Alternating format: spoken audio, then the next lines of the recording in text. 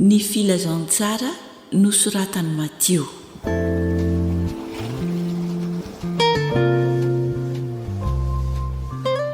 Matio toko voalohany.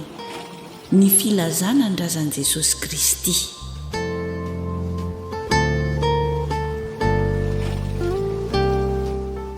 Ny filazana ny razan'i Jesosy Kristy, zanak'i Davida, zanak'i Abrahama. Abrahama niteraka ny Isaka, ary Isaka niteraka ny Jakoba, ary Jakoba niteraka ny Joda mirahalahy, ary Joda niteraka ny Fareza sy Zara tamin'ny Tamara, ary Fareza niteraka ny Hezrona, ary Hezrona niteraka ny Rama, ary Rama niteraka ny Aminadaba, ary Aminadaba niteraka ny Nasona, ary Nasona niteraka ny Salmona, ary Salmona niteraka ny Boaza tamin-dRahaba, ary Boaza niteraka ny Obeda tamin-dRota, ary Obeda niteraka ny Jese, ary Jese niteraka ny Davida mpanjaka, ary Davida niteraka ny Salmona tamin'ny vadin'i, ary Salmona niteraka ny an-dRehoboama, ary Rehoboama niteraka ny Aby, ary Aby niteraka ny Asa, ary Asa niteraka ny Josafata, ary Josafata niteraka ny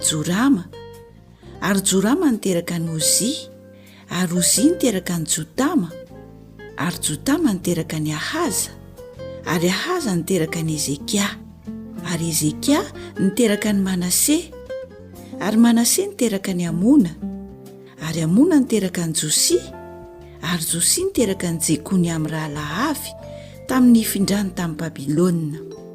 Ary taorian'ny findrany tamin'ny Babilôna, Jekony dia niteraka ny Sealtiela, ary Sealtiela niteraka ny Zerobabela, ary Zerobabela niteraka ny Abioda, ary Abioda niteraka ny Eliakima, ary Eliakima niteraka ny Azora, ary Azora niteraka ny Zadoka, ary Zadoka niteraka ny Akima, ary Akima niteraka ny Elioda, ary Elioda niteraka ny Eleazara, ary Eleazara niteraka ny Matana, ary Matana niteraka ny Jakoba, ary Jakoba niteraka ny Josefa vadin'i Maria, ary Maria niteraka ny Jesosy izay atao hoe Kristy. Ary ny taranaka rehetra hatramin'ny Abrahama ka hatramin'ny Davida dia taranaka 400, ary hatramin'ny Davida ka hatramin'ny findrana tamin'ny Babilôna dia taranaka 400, ary hatramin'ny findrana tamin'ny Babilôna ka hatramin'ny Kristy dia taranaka 400.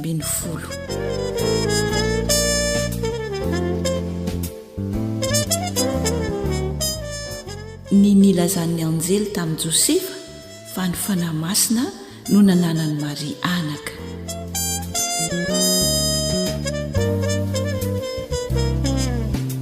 Ary nahaterahan'i Jesosy Kristy dia toy izao.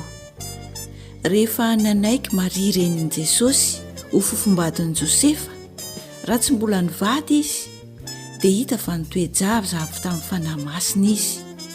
Ary Josefa vadiny, izay lehilahy marina sady tsy tahanala-baraka azy, dia nikasa hametraka azy mangingina.